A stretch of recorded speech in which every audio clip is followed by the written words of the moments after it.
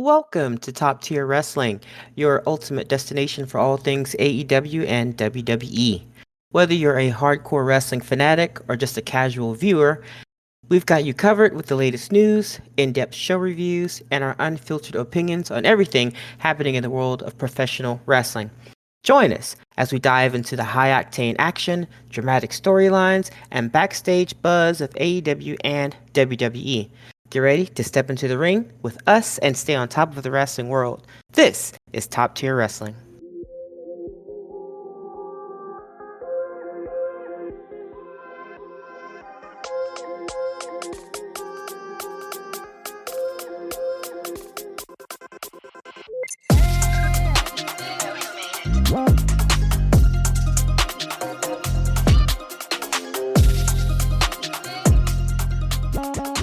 The dynamic duo of podcasting dropkicks have returned. Ladies and gentlemen, boys and girls, wrestling fans of all ages, welcome to the Top Tier Wrestling Podcast. My name is Don, and with me as always is my fantastic linguist, Oshkosh Bigosh, and Josh. Oshkosh Bijosh.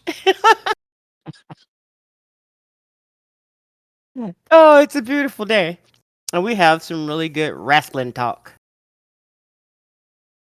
I think we're We do. covering Monday Night Raw Yep, from November for 11th. 11/11. Yeah. Let's go. Oh yeah. All right. Um this particular episode of Raw kicks off with Gunter making his way to the ring.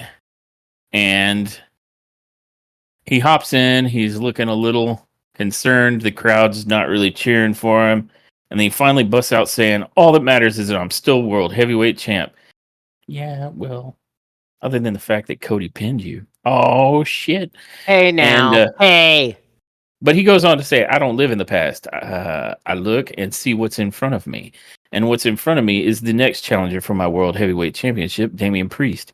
And there's a lot of things I have to say about Damian Priest. Well, should know this because he's not new. But he said Damian Priest, which means Damian Priest music kicks on and Damian Priest makes his way to the ring. Yeah, he said his name. And here he comes, falling out of the sky. I mean, he's got wings. Ding, So, ding. You have acquired one Damian Priest. yep. And Damien grabs the mic and says, "Oh, no, don't look surprised. The entire world saw what was advertised, and you were going to talk about me. So I want to see if you'll do it to my face." And Gunter says, "Well, honestly, look at you, that attitude. You are and you will always be." And then Damien cuts him off saying, wait, let me guess as to what you're about to say about me. I'm street trash. I'm a Latino thug. I'm a bum. My parents didn't care about me enough to raise me right. I had to scratch and crawl and fight just to get an opportunity here while you just sat at home and waited for a phone call. Is that about right? Did I cover basically all of your stupid insults? Because I'm going to explain to you what I see. And I see the first time, I see. and I see the first time you and I stepped in the ring and looked at each other in the eyes like this, I understood the vibe. I got why people feared this unbeatable killer. And for the first time in my career, I actually felt doubt. I didn't think I could beat you, and that sucks to admit, but it's the truth.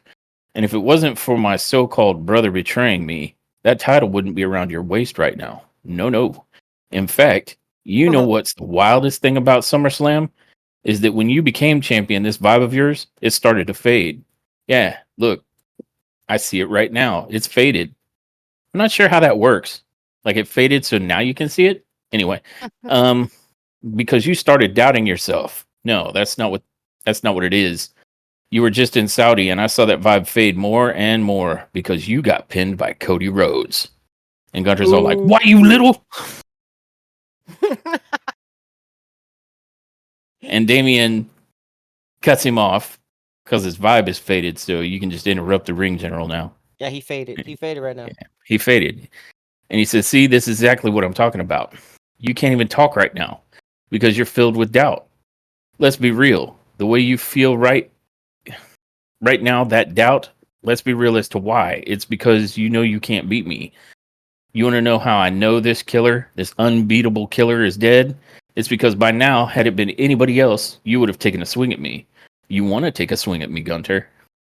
I don't think people here want to wait to see Survivor Series. Take your shot, but you won't take Shoot your your shot. shot. I know you won't, because if you did, I'd drop your ass right here.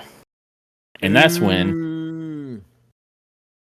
that's when Gunter's top minion, Ludwig Kaiser, has You're apparently heard late. enough and decides that What he are we needs to doing here? go for it. Yeah, yeah. You No, no, no, got I it. know. No, that's way too much. That's way too many cigarettes Ah, for me. hing, ah. But he He just comes comes, out. yeah, it comes out hard. He comes out fierce with it. Go ahead, go ahead. He says, "All right, what are we doing here? Hold on a second. What are we doing here, Priest? What are you doing here?" I thought he knew what was happening in a ring, but Talking. maybe I he's mean, confused. yeah, you all Um, right, buddy? But he says, out of everyone in this building, it is you that is doubting the ring, General? Do I have to remind you that this man right here has beaten you once already? Listen, let me give you some advice. Get out of this ring right now and save yourself, because I can guarantee you the second time you're going to stand in the ring with this man, the result will be the same. He will beat you once again, because you're not even a worthy challenger. No, I'm not going to let that street trash talk to you like that. And that's when Gunter puts his hand over Ludwig's microphone, cutting him off, and then saying something to him in uh, German or Austrian. I'm not sure which. Yeah. Maybe one and the same. But then, while they're having their little lover spat, Priest drops Kaiser with a big right hand, and then he clotheslines Kaiser over the top rope. And Gunter looks like he's going to make a move, but then Priest turns around and he backs up like 10 feet and then decides he's just going to leave the ring. He's gonna roll on out, and I was like, "Gunther, no, no."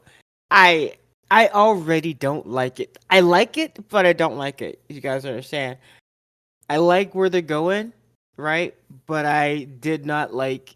It was a very uncomfortable position to see Gunther in. Like I felt his uncomfortableness, and so Well, I have to give Gunter a bit of credit here. yeah, Because being the stoic, like tough guy, like nature gives you most of that, right? Like you're either huge and you look imposing, and Gunter kind of has that.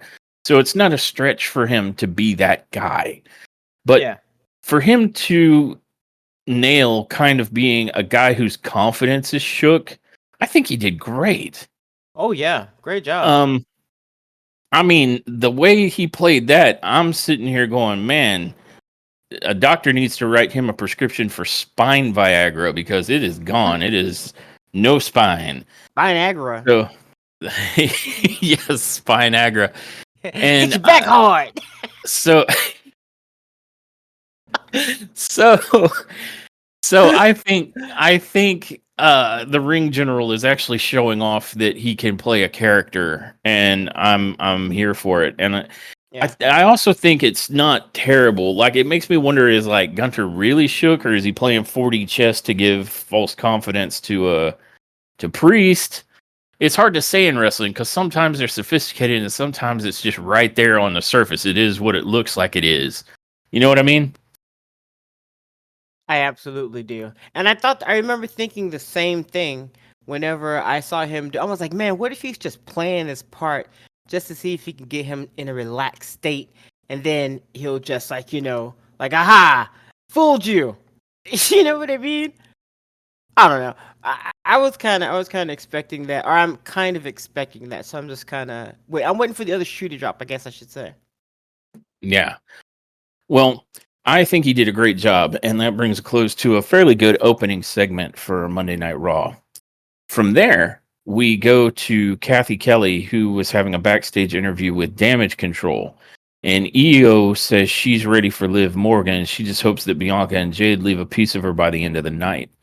They do have other business to attend to, and they reveal that Dakota Kai has made her return. Dakota, who seems to have been out injured, I don't know, for most of since she came back, all those, like, what is it, a couple of years ago now, at WrestleMania, I feel like Dakota Kai spends more time out of the ring or on an injured reserve list than she spent there. So it was pretty good that she was able to make a return. Hopefully, she can stay healthy and actually be a part of Damage Control. And Io goes on to say, or rather, at this point, Kai kind of goes on to say they're about to have a 6-woman tag team match against Pure Fusion Collective. And Dakota is pissed that Pure Fusion Collective took 3 months off of her career, but nothing is going to keep her down, and it's time to remind everyone what Damage Control is capable of. Now, I think EO has been keeping everyone aware of what Damage Control is capable of, or at least what EO is capable of. Because, I mean, not that Kairi Sane's doing a terrible job, but like, EO Sky is just the shining star right now. At least, especially while Asuka is on the fence, still mending up from an injured knee, I think it is. Yeah. And so for Dakota Kai to make her return, I mean, that's cool and all, but I feel like Damage Control is being held almost exclusively together and relevant by EO Sky. I agree. I think out of the 3 women, Dakota is the least necessary. Well, I not just necessary. I feel hate like to she's say the it like least, that. or maybe talented, or certainly the least reliable. Maybe is the good word. Because like I was saying, I feel like Dakota Kai might have like 2 matches before she's on the injured reserve again. You know what I mean? Like I feel like that Yeah. has been most of her existence, and she has had of all members of Damage Control, even back when it was like Bailey. I feel like she's had at least the least televised in ring time. Yeah. So I think they don't find her to be a very compelling performer or something. I mean, I'm not sure what the whole story is, but it's either an issue of her not being a very good or reliable performer, or one that just gets hurt so often that they're trying to keep her out of the ring. I mean, either one isn't a good look. No, it's not. You know what I mean? Like if you're a wrestler, it's not a good look to not be able to get in the ring. Like you can't do the one thing you're getting hired to do. Everything Yeah. else is secondary. Cutting a mean promo, Well, having ring gear that looks cool, all that's like secondary to you actually being a good competitor. and And if you it can't do seems, that, you yeah. know, mm, No, I do. And it feels to me like her role is largely to be able to cut promos in English for the rest of Damage Control. yeah, I think so. And that's not even that she's kind of losing the necessity for that as well because they were doing just fine before she came back. Cutting promos like Io would say whatever she could in English and then she would break down the rest in Japanese and so did Yeah. Kyrie.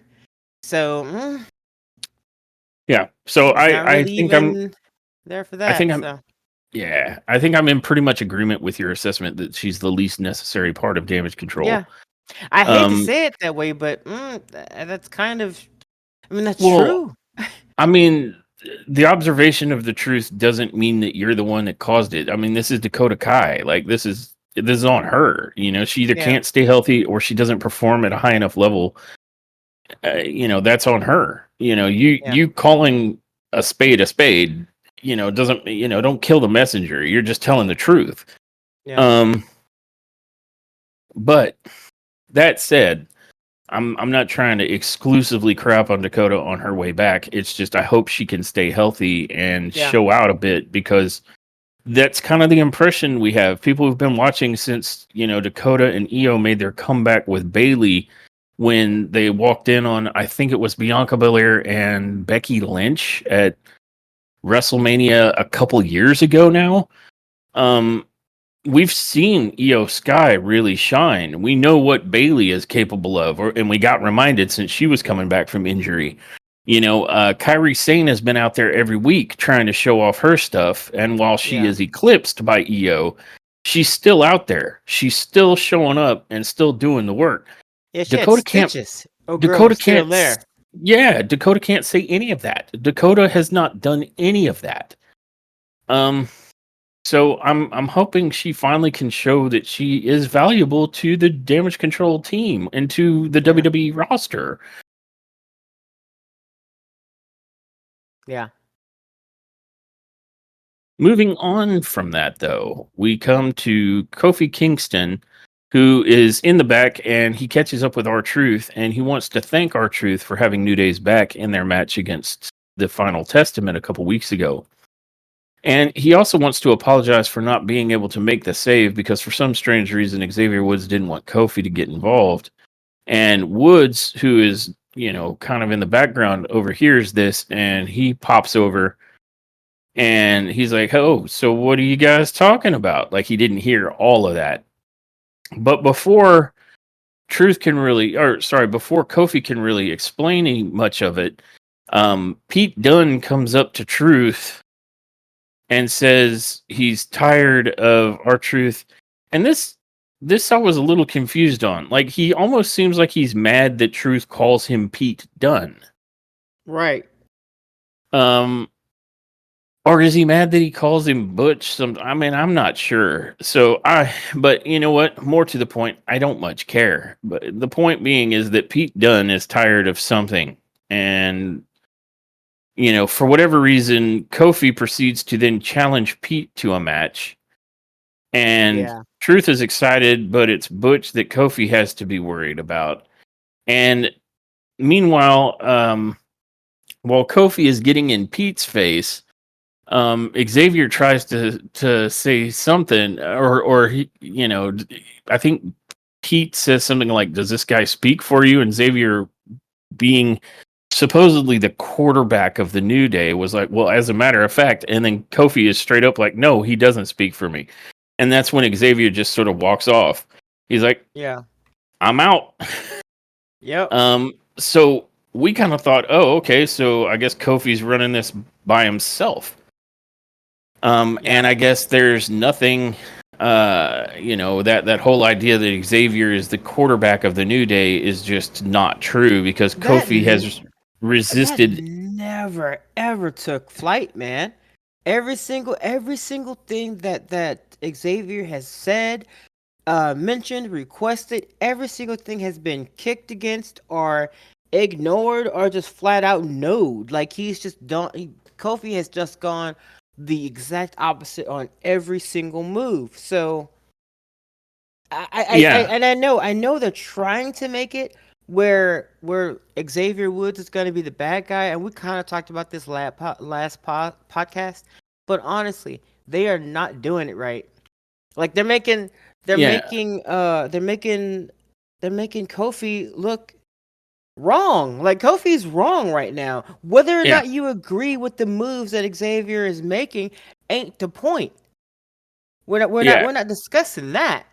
We're talking about whether or not you are following what you said you would follow, and you have not. Since the day you said it, you have not followed it.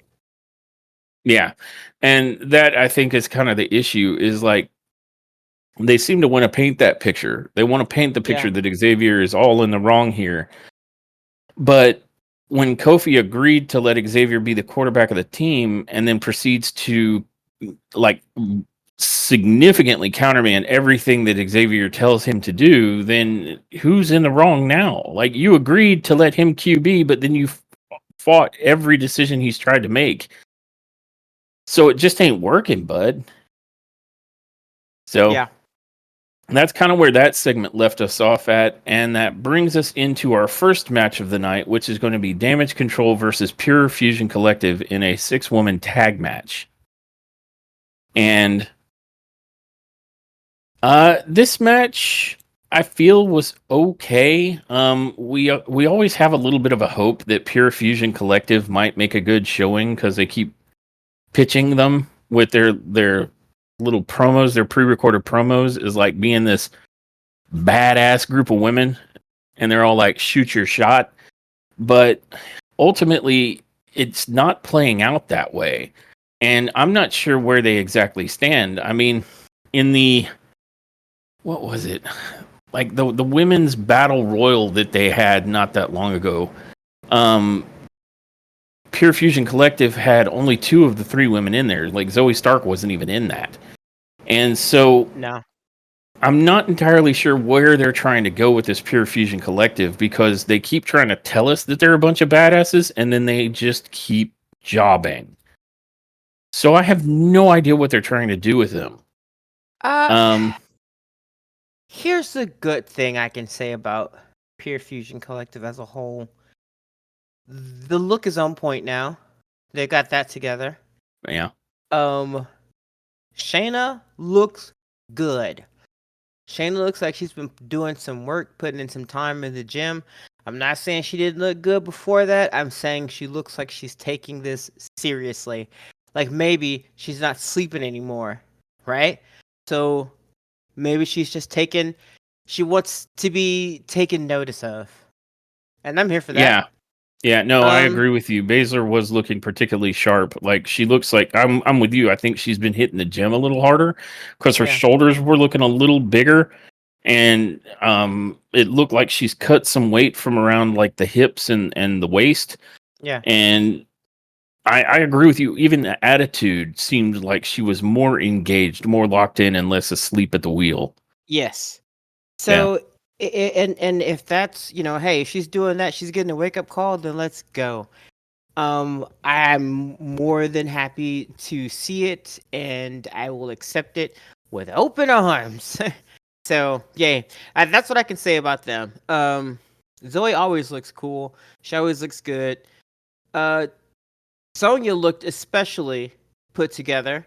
And even in ring, they did look sloppy. They looked better. Um, what's the word I'm looking for? They looked better uniformed. They looked better together. Yeah. Their Um. moves looked a little bit more solid. Sonya looked a little more Yep. sturdy in the ring. She didn't look like she was afraid to do anything. I was gonna say that exact same thing. Like the whatever she needed to shake off the ring rust seems to be like now we're there, right? Like Yeah, Davila's looking like yes, she's not a scared kitten in the ring right now. Like she's yes, committing her moves and doing her yeah. thing with more confidence. And you know what? It could be that maybe her and Shayna have been getting in the gym together or getting in the ring together and doing some work. That could be it because I Maybe. mean if you have somebody to push you, right? Then you're gonna go all in, and maybe that's what's happening. Whatever the case, they looked a lot more together. Even their little uh hand gestures that they do, the little Hmm. guns down. Even that looked a little bit cooler because now they're doing their own things. Like Zoe has a little thing that she does, and Shayna has a thing that she does with the little diamond, or the spade, the ace of spade thing that she does, and then she would do the gun thing. So they all have their Yep. own thing now. It's starting to come together, and I'm a little late. I hope that it's not too late. I'll say it like that because we all know WWE be tripping sometimes.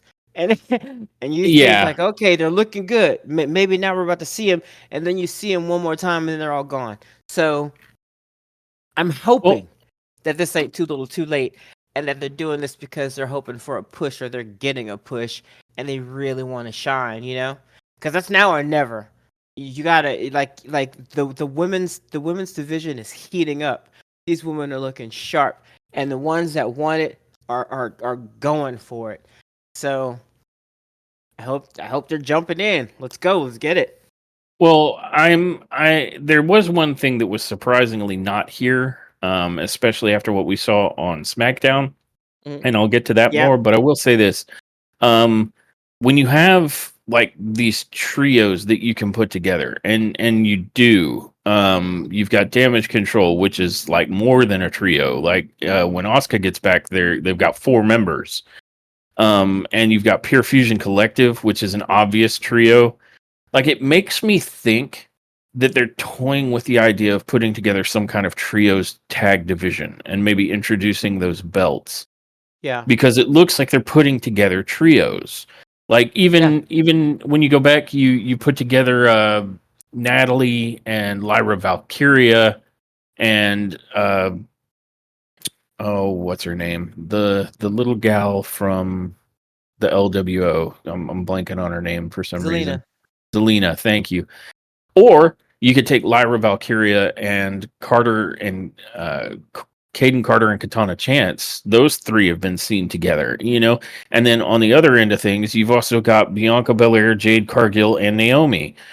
So you could very easily put together like a trios division. And if that is something that they're working towards, one, I think it would be cool. And two, maybe that's why Pure Fusion Collective has felt like they're sort of in a weird limbo because maybe that plan has been put out there, but then kind of, well, not yet. And then put out, you know, maybe. I Yeah. mean, I'm speculating here, but uh, at the very least, we got some new belts. I think on the horizon, especially for the women's division. I think are coming down the pipeline, Yeah. and I don't think that's a bad thing. I think that would be great and give them a lot more to work on, or more prizes to pursue and accolades to acclaim. And Yeah. acquire. So anyway, the actual match was pretty good. It wasn't anything like to write home about, but it was a solid, good match. Hmm. And ultimately, it looks like Baszler is gonna maybe get it with the Kirifuda clutch, but Kai hits her with a face wash, and then when Baszler's down, Sky immediately pops up and hits the over the moonsault to pick up a quick victory. And so your winners are damage control via pinfall. And Yeah. again, not a bad match. It was a solid match. I think if I sounded negative going into it, it's just because I would like to see them do something with Pure Fusion Collective that matches up with how badass they present themselves as in their promos. Like I want to shore up that dissonance of like how badass these three women look and how their promos make them versus what we're getting, in the ring where they keep losing. Yeah. So, um, after that, we get a video recap of Sami Zayn mending fences with Roman Reigns in this past week's edition of SmackDown, and how Jay is happy to have his dog back, and that uh, he and Sammy are kind of hanging out, and then Jimmy comes up, and I think Jimmy's not fully on board with Sami Zayn just yet. He's not Usi. No. No, he's lack of Usi is the problem here. But I guess he's still unconvinced about Sammy because he's not Fammy. He's not Fammy Zayn. Um, Oh my god. and Jay, they start to quibble, and Jay's like, "Look, man, we got to get on the same page." The play here is that they need to find a fifth member for their upcoming War Games match, and Sammy says he'll text Jay who his suggestion will be. Like Jay specifically, like not you, Yeah. Jimmy, you duty head. Yeah.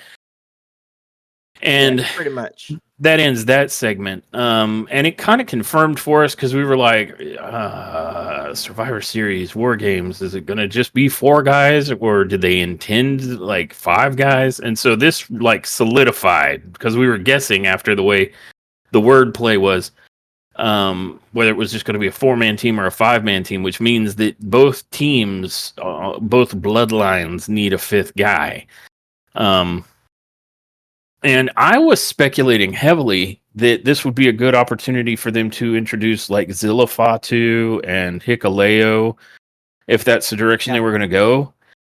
And I don't know, maybe that was never their plan, or maybe they've cooled off on adding new guys. I think you had suggested earlier that maybe they got cold on adding some of these new guys after seeing just how piss poor Tamatonga and Tonga Loa have done. Like out of Yeah. out of the three new people that they grabbed, only Jacob has ascended to fill the role. The other two just more or less stand there, and that's all they want them to do because that's what they can't screw up. Yeah. So, or maybe it was never their plan in the first place, but I it don't. I looks, honestly thought that it was, but yeah, I it honestly looks think like they're going they a got the different way cold with it. feet. Yeah, I think they got the cold feet about adding more uh new wrestlers, especially if they're letting go of wrestlers that they have now, right? Um, yeah, That's a good whatever point. WWE. Remember the time you guys got rid of Baron Corbin? Shut up. Anyway, Um, yeah, so I'm thinking maybe that's the Yeah. case. You remember that time they got rid of Cameron Grimes? Yeah, never forget it. Yeah, suck. Love you. Okay. Um, Corbin and Grimes to AEW. Scooped.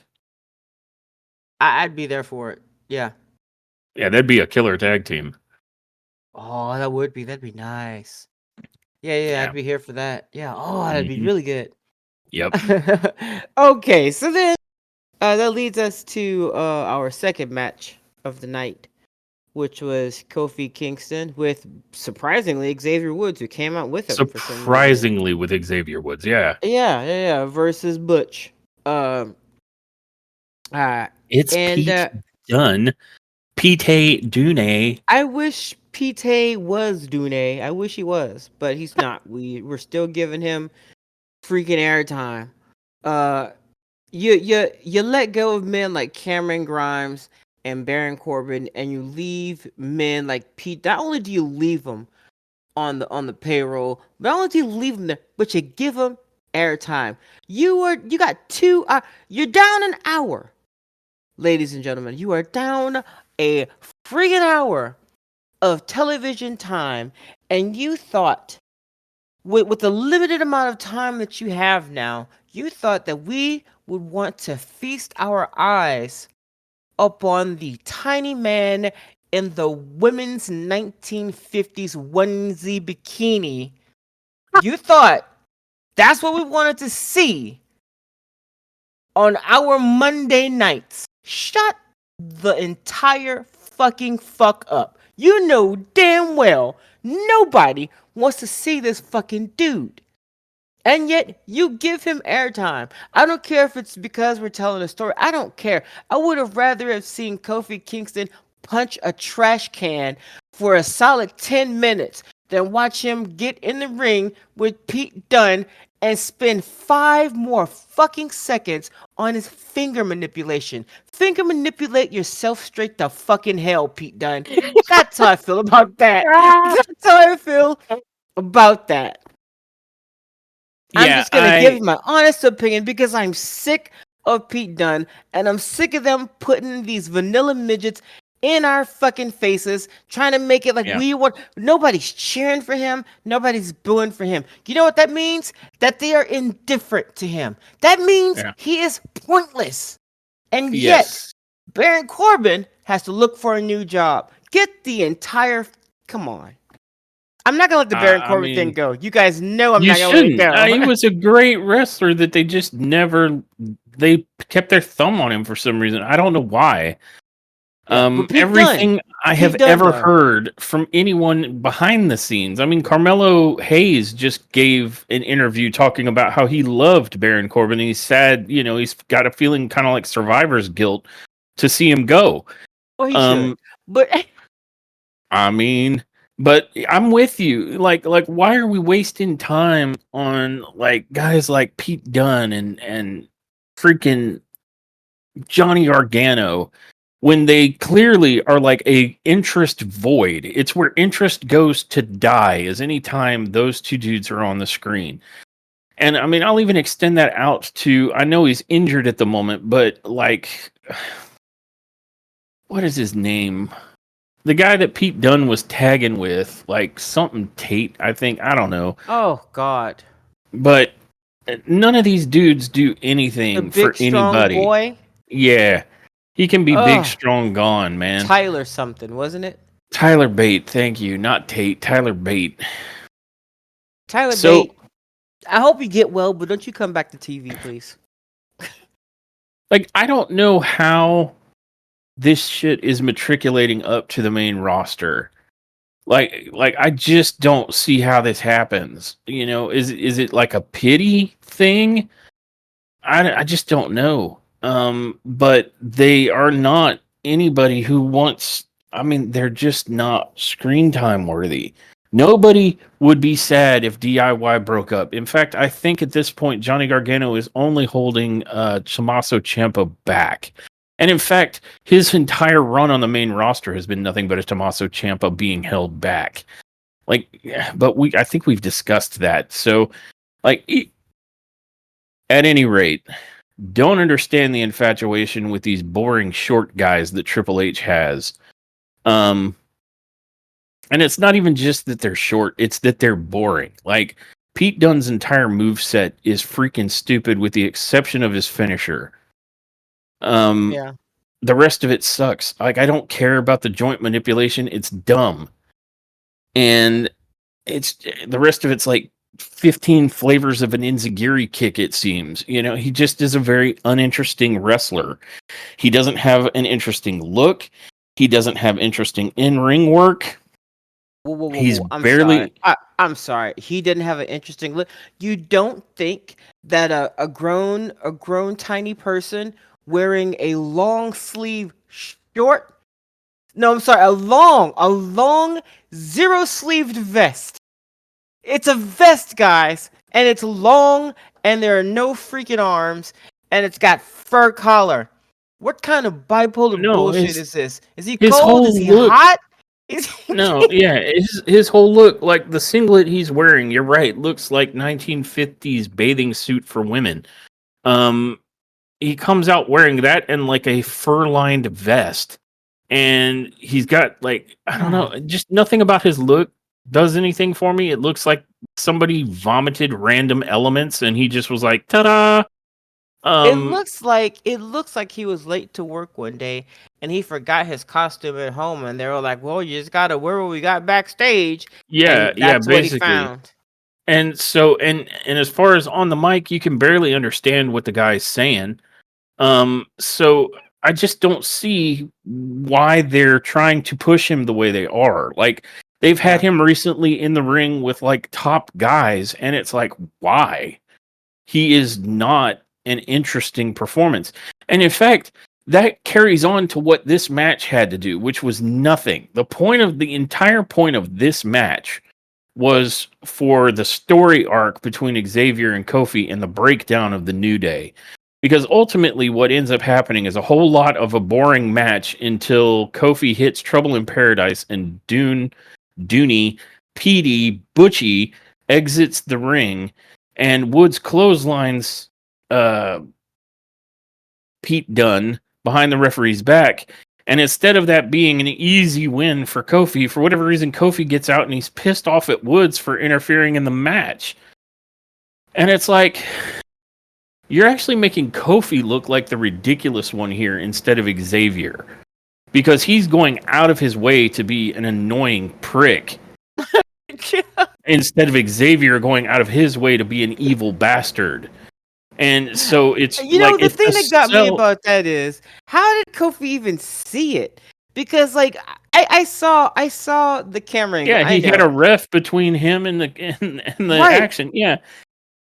I don't really So know how, but you move that, man. Oh, you don't do that, man. If you don't fucking get Pete, get in the ring, yeah. get your pin. So We could talk about this after. so Kofi spends like whatever little bit of time that clothesline bought him, wasting it arguing with his tag partner. And then by the time he gets back into the ring, he gets in there in time to get hit with the bitter end, and that allows Pete to pick up the victory. And then after the match, walking back to the walk of shame back up the aisle, Kofi and Woods continue to bicker with each other and almost come to blows. I So don't know the about whole you.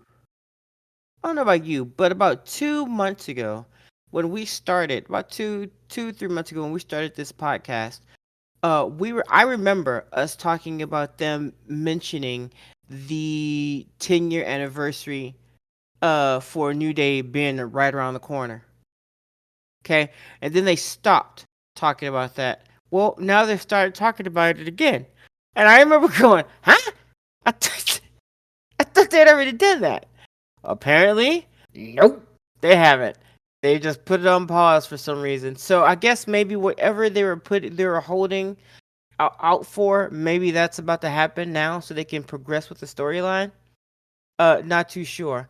But well, also, I wanted to point out something that was equally that was annoying about what Kofi did. Okay, so sure, Xavier clotheslines Pete Dunne, puts him back in the ring, and are just chills over there in the corner. on the opposite side, and Kofi comes out, what was that about, man? Blah blah blah, man, or over and over again, right? But then he gets in the ring, and if I remember correctly, he got out the ring again to do some more bitching, or he went right back to Xavier to do some more bitching, and that's what got him. That's what got him, like basically finished. Oh, I don't remember in that level of detail. I All remember. I remember is I I'm think like, Kofi popped out and threw Dunn back in. And I was like, cool, Kofi, get in there and win. And instead, he turns and starts bitching that's at right. That's Xavier. what he did. There, yeah. So he's bitching at Xavier.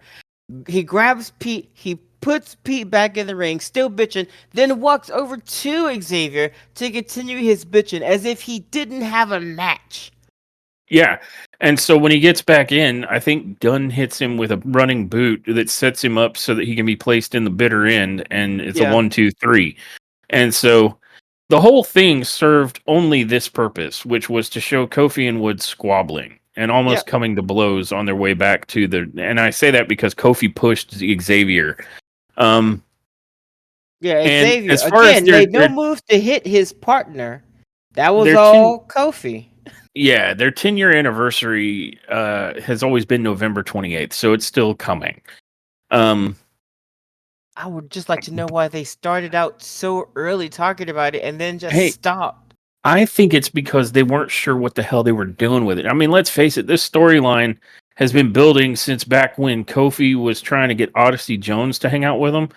I know people are going to be like, Mandela effect. There is no Odyssey Jones. Yeah, who was But Odyssey no, Jones? he was actually there. He was there, and he was a third member or like kind of tagging with the New Day. And Xavier seemed put out because he was like, Kofi's just trying to replace Big E with Odyssey Jones. And then suddenly, like, time and space rifted, and Odyssey Jones ceased to exist altogether on one day. So Like maybe they he's just paused nowhere to be all of that found. because of it. So Mem- I think that screwed up what direction they were trying to go in, and Yeah. so it Okay. hung in limbo for a little bit. Because I think for a brief bit they were trying to pivot and make Xavier Woods be the additional guy for the Final Testament, but then they decided, no, wait, we've got another idea, and that then pivoted to being the Miz. But they're still Yeah. having Kofi and Woods bicker. Now, if I had to guess, and I have to, right? It's speculation city. I think Big E might be on the verge of being able to make a comeback. And if that's the case, then they're going to have Xavier and Kofi be on the verge of breaking up 5 seconds before their 10-year anniversary, only to have Big E come in there and glue the whole damn thing back together. And they're the New Day remade. It's a whole new day. Hey, whatever, man. I just want to see. I want to see something happen, some progression, something. Yeah. Um, because right now Kofi is just not looking too good to me, and maybe that's just because, as usual, I'm like 85% heel. But maybe that's the case. But I don't know. But I don't know. Maybe. yeah, Hmm. no, I agree with you. It's not tracking because like Kofi agreed to let Xavier be the QB and then has proceeded to do the opposite thing that Xavier has said, like outright. And it's like, okay, well, who's the Yeah. dick there? But I I mean, mean, the even first if argument is always, yeah, but I mean, the stuff he wants him to do is real fucked up, and it's like, well, that's not the argument. Like that's not what we're debating. I'm talking yeah, about whether or not he said he was gonna follow orders or not. He said you're the quarterback. We can't have two quarterbacks, can we? We can't have two people calling plays, right? yeah. So we got this one guy that's calling plays now. So what do? You follow what the play is. Oh no. Okay, then Well, whose and fault is that? And to be perfectly honest, that rationale jumps the shark because now Kofi seems to need to defend everybody for everything. So it literally has Yeah, become, it hasn't just, it's jumped from Kofi maybe not stepping in when he should to now Kofi is like getting into other people's business actively that has nothing to do with New Day business. Like yep. this whole match with Pete Dunne was entirely unnecessary. Unnecessary. And so we are past that point. We aren't at the point where Kofi is in the wrong here, or sorry, Woods is in the wrong here. At this point, Kofi agreed to one thing and is doing another. So he is the one who is being a dick now. Like continuously doing another. So what are we supposed to do with that? All I know is they ain't doing a good job of making Kofi look like the good guy in my eyes. And again, maybe it's because I am mostly heel. I don't care. Well, It doesn't look good. It doesn't look good. what Follow the orders or don't. yeah, what they're more succeeding at than painting one or the other of them as being the good or bad guy is definitely painting the picture that it ain't working between them. Yeah. You know, like because now we can't really definitively say which one of them's the asshole. Like I think me right now, I think it's Kofi for having agreed to one thing and doing another, and not. It's not like he stops and says, "Well, now hold up. I know I agreed to being you being the quarterback, but you're making some sketch decisions, my dude," and then talking it out with Xavier. It's like he just deliberately does the opposite thing, and Xavier's like, "Well, then what are we doing?" So it Yeah. doesn't make Kofi look like he's in the right.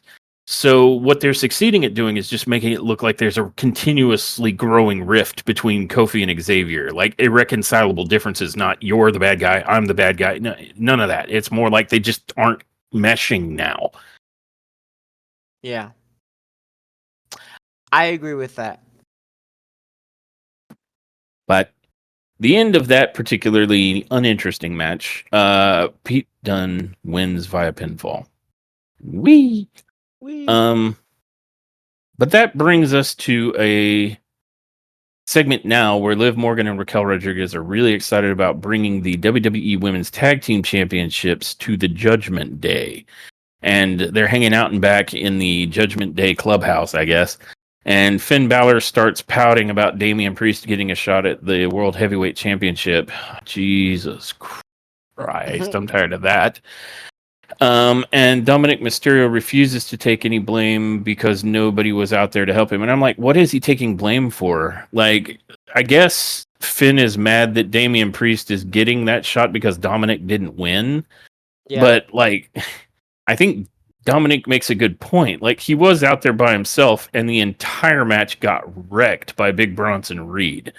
I mean, realistically, Finn, you know Dominic Mysterio and you know what he's capable of, and you want to be mad that he didn't score that world heavyweight champion. I think he came as close as he could possibly get. He almost was there. Yeah. And so that to me seems like a very weird bit of a rift to create here, but he's upset that Dom, by not winning, has allowed Damian Priest to get closer. And but then Finn's like, well, didn't Dom say he can handle Priest by himself? And Dom's like, well, I got closer to the world title than Finn's been for a very long time. So don't get mad at him for doing something that he couldn't do. And Finn dares Dom to say that again, and then Liv is like, wait, we're all family. And it's like, okay. And then Finn changes his tune right quick, and he's like, oh, you're right, And he suggests that Dom and Carlito should pick a fight with the War Raiders next week to show them what happens when you mess with the Judgment Day. So this is starting to feel like for a group that doesn't have any leaders, it's starting to feel like Finn is ordering his fellow Judgment Day members around like minions. Yeah. And so I don't know. Maybe we've been speculating for some time now what the fate of the Judgment Day will be post Rhea Ripley and Damian Priest, and maybe it's going to break apart. That's a very real possibility. Yeah, maybe. But then Dom decides he'll go talk to Adam Pearce and see about making that match, and Carlito's like, wait, what? Because he is never paying attention to what's going on in front of him ever. So that was how they ended that segment. And you were going to say? You know what? Don't even remember because you started talking about Carlito, and I'm like, ugh. Yeah, Carlito has that effect. He makes you need a shower for having been anywhere, even looking at him. Yeah. But I had mentioned the breaking apart of Judgment Day. Were you going to speak to that? Yeah, I think I was. Because I mean, I see it happening on the horizon. I just don't know where that would leave people like Finn and McDonough. Um, Dominic Dominic is gonna be just fine. Dominic's, you know what I mean? I don't think they're gonna be. I don't think they'll be getting rid of Dominic anytime soon, or maybe not even Finn, but a guy like JD. I don't know. I don't know what they would do with him, and I would hope they wouldn't put him back in NXT because I don't feel like he's been given a real shot yet here in WWE. Like he's Yeah. been in Judgment Day, and listen, that's not bad. I appreciate him being able to come to this roster and get some kind of play. Um, but I think he's too good to just shit can if Judgment Day doesn't work. So I just don't know what they would do with the guy like that. Or Carlito, to be honest, I don't really care. Um, I feel differently about Carlito than I do McDonough. And I think I'm gonna say what you're saying, in that I think McDonough hasn't really gotten a chance to be a shining star in his own right yet on the main yeah. roster, outside of the fact of what he does in ring. His in ring work is spectacular. Mm-hmm. Um, he also takes some incredulous bumps and eats everyone's finishers. I mean, the dude's Sells in them ring has like been solid. he sells them amazing. Yeah, and that's really what he's been given an opportunity to do. He doesn't really get much of a chance to talk. He very rarely is allowed to have a singles match, at least not Yeah. on television. So I don't really feel like he's gotten a chance to get himself over. Like if McDonough faded away at this point, I would feel bad because I don't feel like he's really been given an opportunity Yeah. to kind of do his own thing. He's just gotten lost in the crowd of the Judgment Day. But even with that little bit of a role, what they have given him to do, he's done very well. Yeah. I can't say that of Carlito. Carlito can very barely cut his promos, and his in ring is absolutely garbage. Yeah, I don't care. Like if they cut Carlito, I would not mind. If they had gotten rid of Carlito and put Corbin in his place in Judgment Day, that would have been better to me. I know, guys, I know, but honestly, um, I just don't. I don't think Carlito was ever Judgment Day material, Oh, that ever. could have been cool if they'd like when Rhea and Priest left, if they had recruited like Baron Corbin to be Yeah. their new big man. And then you could have had like some feuding between Corbin and Priest that could have been amazing. Um, Yup. oh well, the world will never We'll know. never see it. We'll never see it. Yeah. So, Yeah. yeah, it's real dumb of them to whatever. Carlito though, I don't care if they can that dude. Um, I mean, I'm not saying that you need to be an expert on nationalities or races or languages, but living in the U.S. living in the U.S.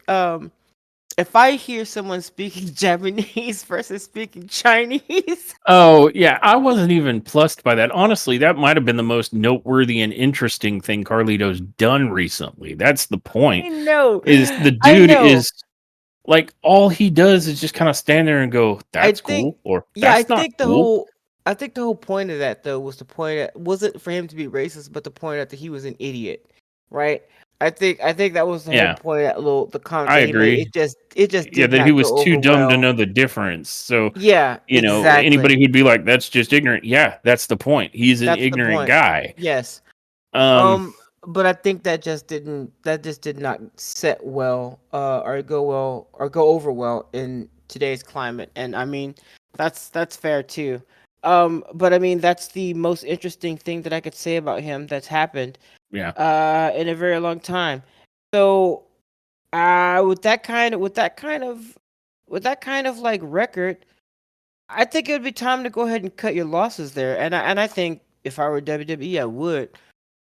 But it is what it is. I don't have WWE money. I don't know. I don't own any companies like that. I don't know what I'm talking about. I'm just giving you my wrestling Yeah. fan opinion. I just Well, don't think that he some is of worth. his weight. Yeah. Yeah. I mean, there, or at least it's not being utilized in any such a way that has impressed me. I mean, again, with the Yeah, same amount of, or maybe just, I mean, it's about the same degree of opportunity as sort of the lackey of the Judgment Day. Him yeah, and McDonough are good comparison points. And McDonough has done, in my opinion, far better with even the small part that he has been given to play. He brings 110% to it. Whereas Carlito, like, I don't know if it's part of the way he wants to affect his character, but it just looks like he is nonchalant and barely there, even in the ring. Like the few times they've tried to give this guy a match, it's just bad to watch. yeah, Whereas that's not true of McDonough. McDonough gets, I mean, when he hits his moves, they look great. When he takes moves, they look great. And at no point am I thinking, man, McDonough sure looks sleepy and disinterested out there. yeah, Uh, I mean, so to me, it's night and day that McDonough has done as much as he's been able to do with the very small part that he's been asked to play right here versus Carlito. And maybe they'll find a way to do something with all of it. I would love to see if they have a plan for the Judgment Day, but if they break them apart, that would just be about as equally unsurprising at this point. yeah, So time will tell. Um, then we come to a segment where Bronson Reed's music hits, and he comes out to the ring, and he grabs the mic and he says, "I'm out here tonight to say, Seth Rollins, you're one hell of a competitor. You prove you're a hell of a competitor when you got the victory over me at Crown Jewel, but I'm not a competitor. I'm a monster. And last week, I not only took you out, I took out Damian Priest, I took out Sheamus, and I'll take out anyone that stands in the way of me putting you down for good."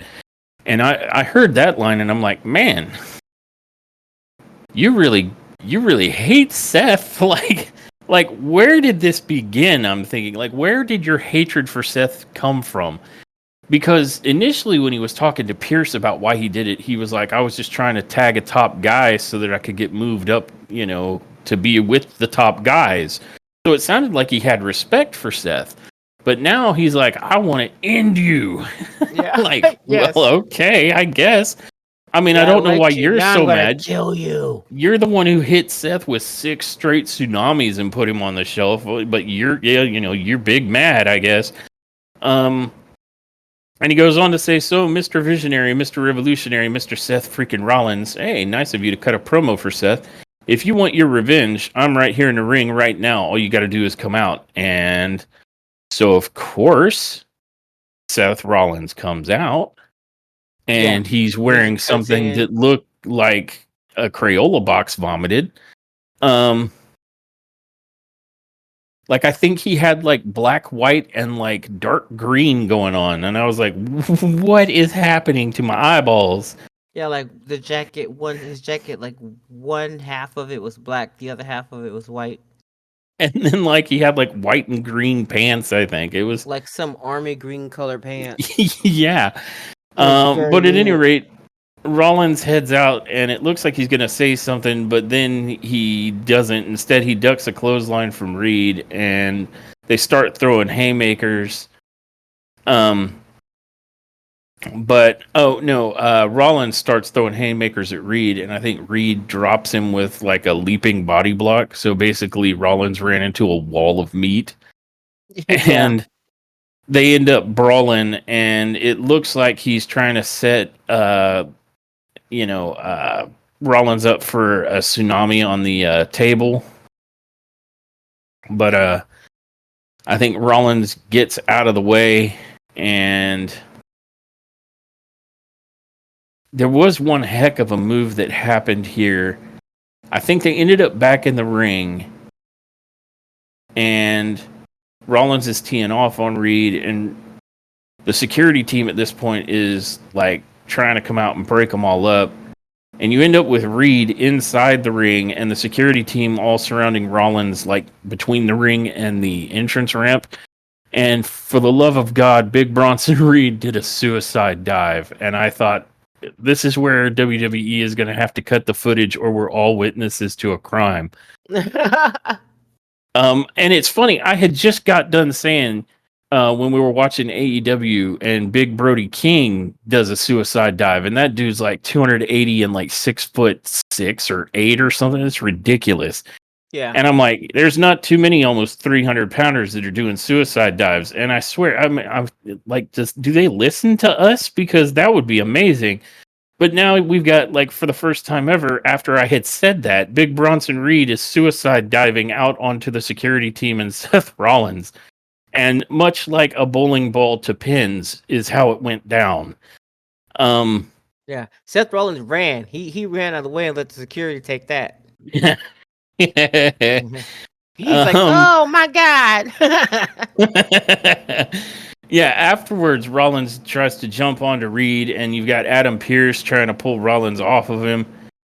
And then we cut to the back after security has broken up the whole situation, and you get Rollins talking to Pearce, and by talking, I mean screaming in his ear, saying, you know who I am, you know why I need this, you know I need this match, you got to make this match. And Pierce says, "Oh, you need this match? Fine, you got it, because I'm sick of the chaos." And that ends that particular segment. So we've got Big Bronson Reed and Seth Rollins are running rampant in the back again, and I'm here for it. Yep. I'm cool if they want to run that back, because it was a good time the first time. Then on the not like Pierce walks off of that to kind of end that particular section, but pretty much immediately after Pierce walks away from Seth, and Seth is like super upset from the brawl and from yelling at Pierce. This is when Sami Zayn decides, now's my moment. Yeah. So he comes up and asks Seth about the possibility of being the 5th member of the OG Bloodline team at War Games. And he says that he knows that Seth has bad blood with Roman Reigns. That might be understating it. The only reason why he decided to work with the OG Bloodline himself is because no matter how much bad blood there was, Sami knew deep down that on some level the love was still there. And he thinks that deep down Seth may share the same sentiment. And Sami, says he's looked up and down both rosters, and Seth is the right guy to be the 5th member. But then Seth says that he's like, well, you know what I think, Sami? I think you're out of your damn mind. And after everything Seth did to try and take that tyrant out of his power, now Sami wants him to join their team just to prop Roman up again. And Seth says he knows better than anyone who Roman Reigns really is. And he's shocked that anyone would be standing by Roman's side, especially Sami, who must have the blinders on. And he says to Sami, respectfully, I decline. The answer is no. And that ends that fully ends the backstage segment. But that leads us to the third match, which is Damian Priest versus Ludwig Kaiser. And I feel like I've been on a bit of a run here. So if there's something you would like to say about this match, please feel free. Sure. It was so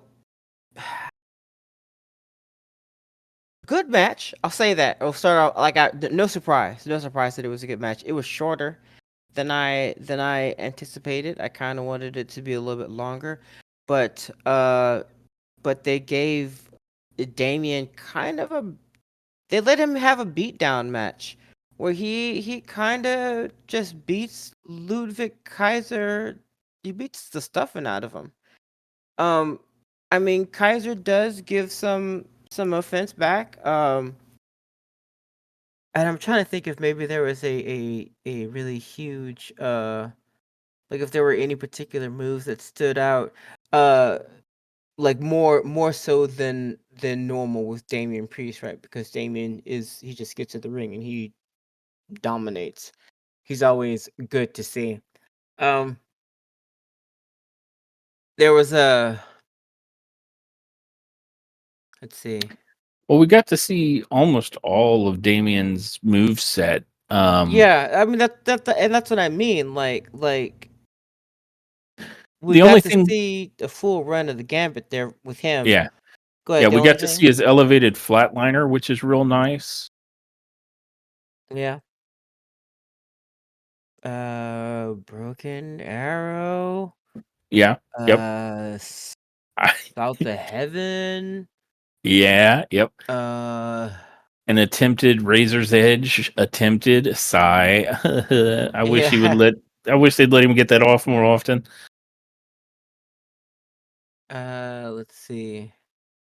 He had a particularly nice counter out of Ludwig Kaiser's twisting DDT, where he spun out of it and immediately hit like a ginormous bell clap, like it was so slappy, like super Mm. slappy. Yeah, I mean he basically like from that. So when Kaiser tried the twisting DDT, basically Priest gave him the bell clap, and from that point on, it was all Priest. Like roundhouse kick, Hmm. lariat, South of Heaven, uh victory. Yep, and the one, Like two, and three. yeah, and then Gunther comes out. He does not go down to the ring, but he comes out and he's standing uh just basically at the entrance of the ramp, and it's Yep. just kind of looking Yeah, at he's too Gunther. scared. He's too Yeah, scared to Gunther's go anywhere. yeah, he's staring Damien down, and Damien's looking at him, flexing on him like, I ain't never scared. So, Yep. All and in that was all, that. yeah. All in all, not. I mean, it wasn't a bad match, but it's like you said. This was more or less a showcase of Damian Priest being dominant. Yeah, Um, I do think Kaiser got off a couple of pieces of offense. Like one, I think I remember being impressed with is that Kaiser got big Damian. I mean, Damian Priest is a big dude, and Kaiser is like 1 inch around. Like he's tall, but he's very thin, right? So yeah, I was impressed that Kaiser was able to grab up Damian Priest for the what he calls the Kaiser roll, which is kind of a rolling Death Valley driver. yeah, So he got a little bit of offense off, but largely this was Priest kicking the crap out of Ludwig Kaiser. yeah. Honestly, And I think this match served two purposes. It wanted to make Damian Priest look strong, like we all forgot or something, yeah, and it wanted to particularly make Gunter look like his confidence is shattered. yeah. And I think it accomplished both. So, solid enough match. I agree. And so that was the way that Priest and Kaiser went. One last time, just to be clear, Damian Priest for the win. And after that match, Yeah, we see that next week on Raw, Braun Breaker will be putting his Intercontinental Championship on the line against Sheamus. And Braun would love nothing more than to kick Sheamus's old ass. And Sheamus apparently heard this from Ireland, but somehow teleported to just out of frame and steps in and says, well, Sheamus wants Braun to shine up that title real nice because he's taking it home with him next week. And I'm here for it. Braun and yeah, Sheamus is just going to be a slobber knocker, to quote good old JR. But after Sheamus steps away, Jimmy Uso shows up and wants to have a word with Braun about the upcoming War Games match at Survivor Series. Ooh, spear versus spear. Um, oh no, wait, he'd be on the same team, so it'd be team double spear, triple spear. Oh man, there's so many spears. triple. Yeah, yep, triple So spear. that could be interesting. Then we come to the Miz entering in through the back, and we were like, "Wow, we thought he was dead." And immediately upon entering from the parking area, he is met by the entirety of the Final Testament, and they're like, "So we thought you were dead." And Karrion, hamming it up, says, "Oh, thank God, the Miz. We thought you were dead." And then he's like, "So what happened? Tell me everything." And and Miz is like, "You don't want any of this. Look, I settled up with the Wyatt Six, and they let me go. But I'm gonna ask Adam Pearce for a leave of absence." And Cross says, "No, you're not going anywhere because he's done nothing to fix the issue with the Wyatt Six." And Miz says he's got to think about his family, and he's a better man now from learning from his mistakes. And he says, "Cross, you need to move on." And Cross says, "What about my family? What about Paul Ellering getting laid out by Uncle Howdy?" And he goes on to say, "Hey, you remember that thing I said about breaking both your legs?" And Miz is like, "Yeah." And he tells Occam and Razor to get him. And the Miz, they're trying to drag him out to the ring, and the Miz is like trying to get away. And they get him all the way back out into the ring. And just as it's looking like it's going to be very bad for the Miz, the lights cut out. And you start to hear Shatter begin to play. And, then the Wyatt Six appears and they're all around the ring. And Miz slinks out of the ring. And we're like, oh, it's on now. And just as the Wyatt Six step into the ring, the Miz comes in from behind and absolutely drills Eric Rowan with a steel chair. And we're like, wait, what's happening? Because we thought Final Testament was trying to kill Miz, but apparently the Final Testament was playing 4D chess and the Miz is a double agent. And so now all of the Final Testament are attacking the Wyatt Six. And you see Scarlett basically kick Nikki Cross off the ring apron and onto the floor for a pretty nasty sounding bump. And AOP delivers their Super Collider. I want to say, was it to Loomis or to, what's his name? The guy from NXT. Gacy? Joe Gacy. Yeah. But at any rate, they hit the Super Collider, and Miz is just like kicking the crap out of Eric Rowan. And Eric Rowan is kneeling at this point, which makes him almost as tall as the Miz, which is funny. So the Miz does the skull crushing finale to Rowan, which just looks kind of badass when he to Rowan because because Rowan is giant, huge, but he hits the skull crushing finale on Rowan, who is kneeling. That's the first time I've ever seen a skull crushing finale done to a man who was on his knees. And he drives Rowan straight into the chair with it. And you're right, it looked great. And then you have Karrion Kross plant Uncle Howdy with the final prayer, like running from the corner into the middle of the ring. It was crazy cool looking. And then Kross starts hugging Miz, and Final Testament, they stand tall over the Wyatt Six and start making their way, out of the ring. But while they're walking away and, kind of walking backwards out of the ring, surveying the carnage, Uncle Howdy crawls to the bottom rope and is just laughing maniacally, which makes Kross look kind of worried. And it was great. It was great. Best segment of the night. Everything. This was so good. So good. It made Miz look good. First of all, I don't think Miz has been this over in a long time. This is Miz's calling. Being a heel is his calling. He's cool as a face, but no. His life, the limelight is on him when he is a heel. And man, here's chef's kiss. Here's what is great about this. The WWE realized that the Wyatt Six, who you would assume would be a heel faction, is not going to be able to be a heel faction, or at least it doesn't seem to be the case, because the crowd is cheering for them. The crowd was going off on Miz for attacking the Wyatt Six. Miz, you suck. Miz, you suck. So they have pitted the Wyatt Six against an actual heel faction so that they can be the faces. And this is brilliant. Like, this is so good. Yeah. So I'm here for it. And they even did it the right way. They had the heel faction, uh, uh, ending that segment with them being on Yeah, and top. having That's duped the that's faces. exactly what that's Yeah. yes. But then the faces are kind of crazy in this instance. So you so you got Uncle Howdy. No, sorry, yeah, Uncle Howdy over there, just laughing, with that crazy His laugh that he crazy laugh is has, great. and carrying crosses.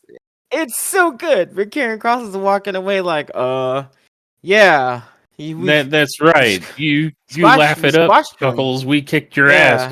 Yeah, Um, ha ha but ha. Man, ain't nobody scared of that this was laugh. so good. It made the Final Testament and Karrion Cross look like they are smart heels. It made The Yeah. Miz look fantastic as a heel, which is where he Oh, needs where to did Miz just came up with live this? because he's great at it. And the Wyatt Six still, like, everybody still loves them, and now they want them to. Now the crowd wants the Wyatt Six to beat the ever loving crap out of the Final Testament extra. This did Yeah. everything right. This is everything you want a pre-match promo into a rivalry to do. And it was so good. Like, none of us saw it coming. Because remember how earlier in the podcast I said sometimes wrestling can be really nuanced, like they're trying to swerve us, and other times it's just what it looks like on the surface. And they played us with that. They're like, Yeah. yeah, this is just the Miz being the big coward that he always is. And we were all bought in until we weren't. And the Miz legit swerved everyone. And it was like, holy crap, this is Yeah. amazing. It was great. Mm-hmm. So good. So many mad props for that particular segment. Wow. Well done. Yeah. So moving on from that, which it was so good. Moving on from that, we see Seth Rollins leaving the arena, and as he steps outside, it looks like Kathy Kelly is trying to get a word with him, but he immediately runs into Solo Sikoa, who's out there in his, like, we're about to kidnap you black SUV with, like, Jacob standing there and, like, Potato and Cookie, I mean, Tama and Tonga in the back of the SUV. And so Solins, there we go. Seth Rollins waves off Kathy Kelly. He's like, "Be gone, thought." And he goes on to talk to Solo, and Solo says he knows that he and Seth can't stand Roman Reigns, and he says, "How about they join forces and finally take out Roman for good?" And Seth says, "Let me let you in on a little secret that I didn't tell Sami Zayn earlier. The next time," Seth says this, so he says, "The next time I'm in the ring with Roman Reigns, it'll be to stomp his head into the ground. Never again in this life will I team up with Roman Reigns, but at the same time, I will never join forces with a wannabe Roman Reigns." And Seth starts. I think Jacob tries to step up, and Seth immediately steps back up, and, like, Seth moved faster than Jacob. I don't think Jacob wants that smoke. Um, and Solo puts his hand out to keep Jacob from doing anything, and then Seth starts to walk away. And I was like, "Oh man!" Drop. Yeah. I'm like, man, Oh, cracked your face face. entirely cracked. Wannabe Roman Reigns Your face done fell completely off. removed. It done it done fell off. It's Yeah, all I up in don't the know if dirt. Solo's going to be, like, medically cleared to be in War Games after that. He's going to be faceless. Yeah. It's gonna be in the burn ward. He did get a third-degree burn from Seth Rollins just there. It was fantastic. So, like we're really rocking and rolling. Like, between, like, Damian Priest and Gunter's segment, followed by the Wyatt Six segment, and now this segment, like, Raw is on fire at this point in a good way. Uh, Yeah. and that brings us to the fourth match, which is Bianca Belair and Jade Cargill versus Liv Morgan and Raquel Rodriguez with Dominic Mysterio for the WWE Women's Tag Team Championship. And this match goes roughly like you think it would. Largely, control is kept by Bianca and Jade. And Liv does what she can, and a lot of it is Rodriguez taking bumps. You said that. Rodriguez is mostly taking bumps and trying to run interference. And I mean, it's doing the best they can with what they're working with. I mean, Bianca Belair and Jade Cargill look great. Liv Morgan does okay, and Raquel still looks clumsy. Raquel looked lost. She looked like she looked like someone who just ran into a room from another room. And she's like, "What's happening here?" And didn't know why she was in that room and just got kicked in the face for it. Yeah, that's what it and looked like. so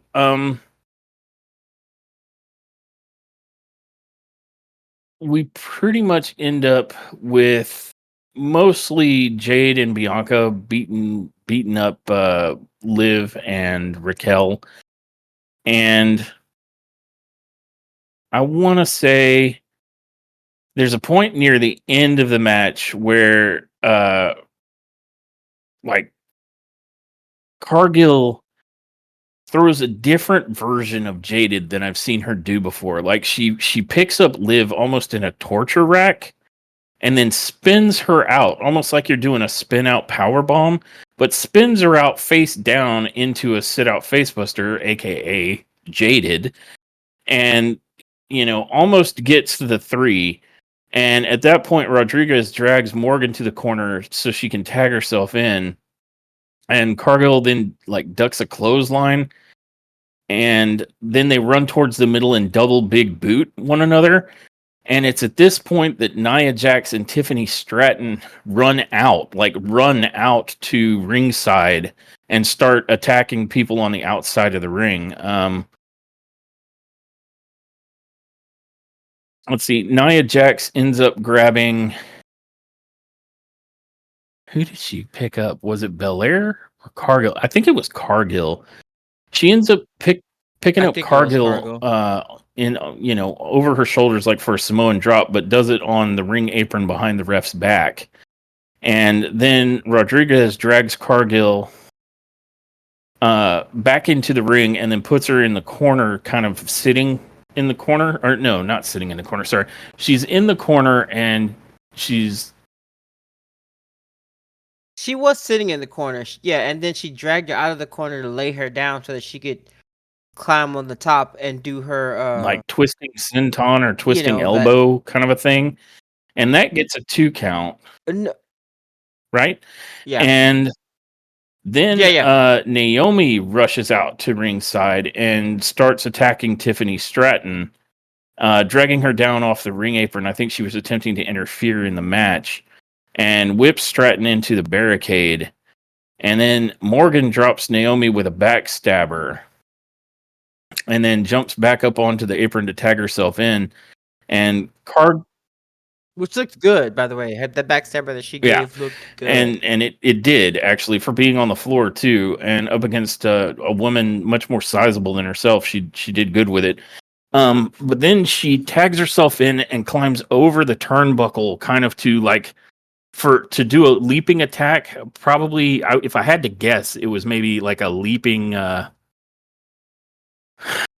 what do they call it? It's one of Chris Jericho's moves. Recoil, maybe. I don't know. It's like a double knee, like it's almost like a backstabber to their face.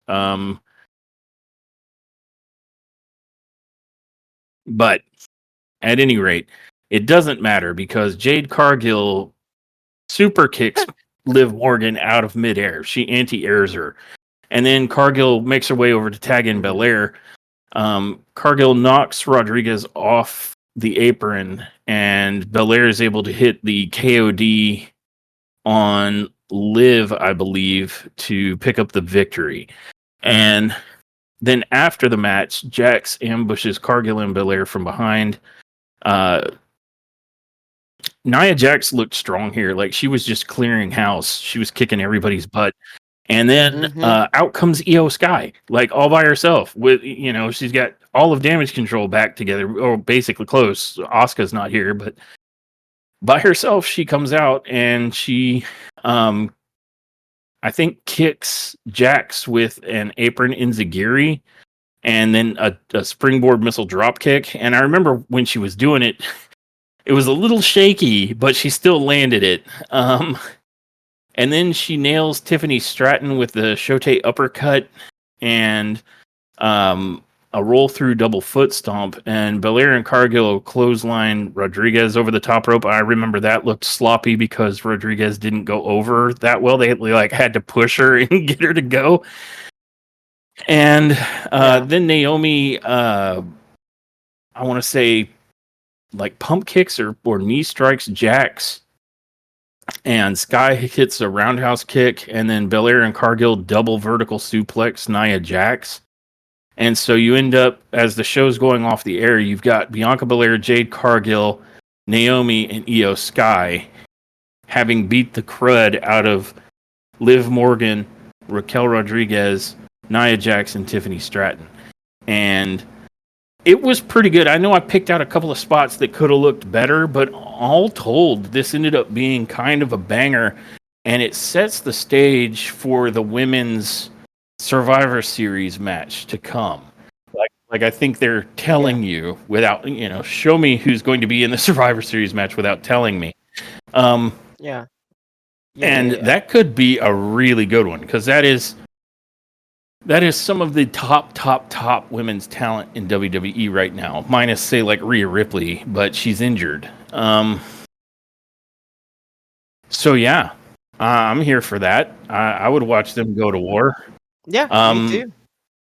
I'm Yeah, I'd watch hoping it. Raquel Rodriguez can rise to that. But everybody else, Yeah. whew, they Well. are going to look good. Yeah. And I'm ignoring the storyline here. I'm ignoring that EO is out here helping, is out here Bianca, helping the Jade Cargill and Bianca. Yeah, I'm like, yeah, okay, whatever. I'm here for it. Let's go. yeah, you remember how Yeah. Bianca Belair was not happy about Naomi being so friendly with Bailey because of all of the crap Damage Control put her through, and now like we're just not looking at the fact that Io Sky and Bianca Belair are about to be buddies. Um, No, I don't know no, what you are surely not. talking about. And that's going I do not recall this storyline that's that you are going referring further to. back into the bad blood between them that Bianca was upset about. That's going back even further than the fact that they were just challenging them for their championship belts. Listen, listen, listen. Everybody know Bianca Belair is on her own against the wall. Okay. Precious building. No, she will never fall. So I don't know why you Oh, tripping. yeah, Okay, she all right. fine. She got I it. should have trusted him. Hey, instead of crying, you'll hear her roar. Okay. Yeah, and according to uh who was it that told her that Bianca's gonna stab Cargill in the back? What was that? Nia Jax or Oh, that Liv? would Yeah, live, despite live, this, live. Told yeah. that clearly can't happen. There's no point in time that Belair will stab Jade Cargill in the back and say, "I never needed you at all."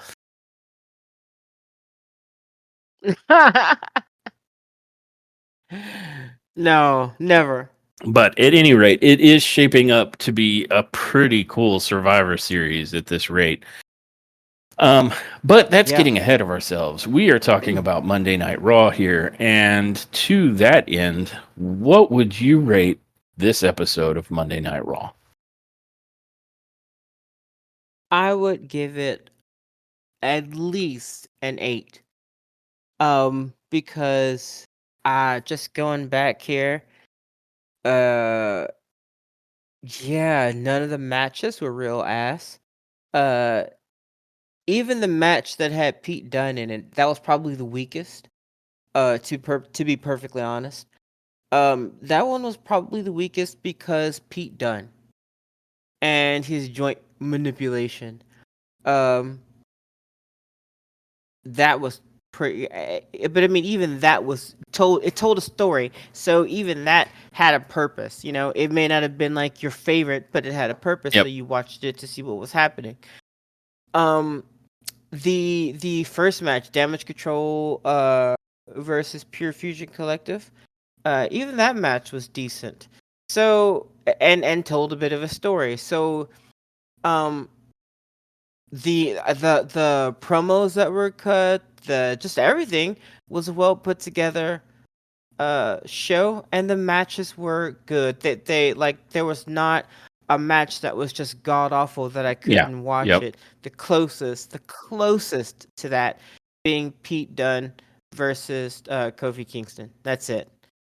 So I would give this at least an 8. It was solid. It kept our attention, and it did what it was supposed to do, which was get us hype war games Indeed. So or for Survivor so Series. Sorry, an 8 is top tier, top tier. all right. Eight neck Eight neck neck nubs. nubs. Yeah, I'm with you on that. Yeah, As far as my personal review, I agree with a lot of what you said there. I might not be a big fan of Pete Dunne, but that doesn't mean that the match he had with Kofi was incompetent or bad at all. I've definitely seen worse matches. right, Um, so right. if I had to say it, like if that was the weakest match of the night and it was still okay to good, then what we had here, at least as far as what occurred in terms of the matches themselves, were matches that ranged from good to very good.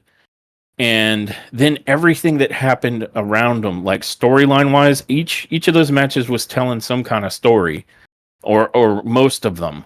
And then everything that happened outside of the ring, the vignettes, the